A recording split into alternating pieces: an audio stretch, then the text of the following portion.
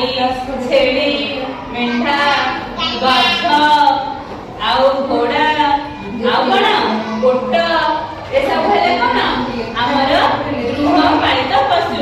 हाँ सुन सुन तो ए सब हेले हमर कौन गृहपालित पशु। ए सब कौन है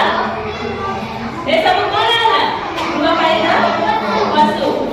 गृहपालित पशु भितर गाय हमको कौन करे क्षीर दिए छेली हमको कौन दिए क्षीर दिए और मांस दिए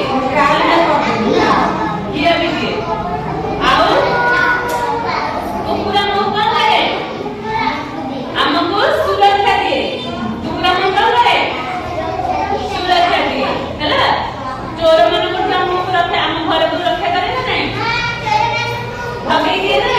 हां तो आउ घोड़ा हमर कौन करे दौड़े नहीं यात्री दिए हम जीवासा करिबार हम कौन करे घोड़ा साहाय्य करे। आउ ओट आउ हमर गध कौन करे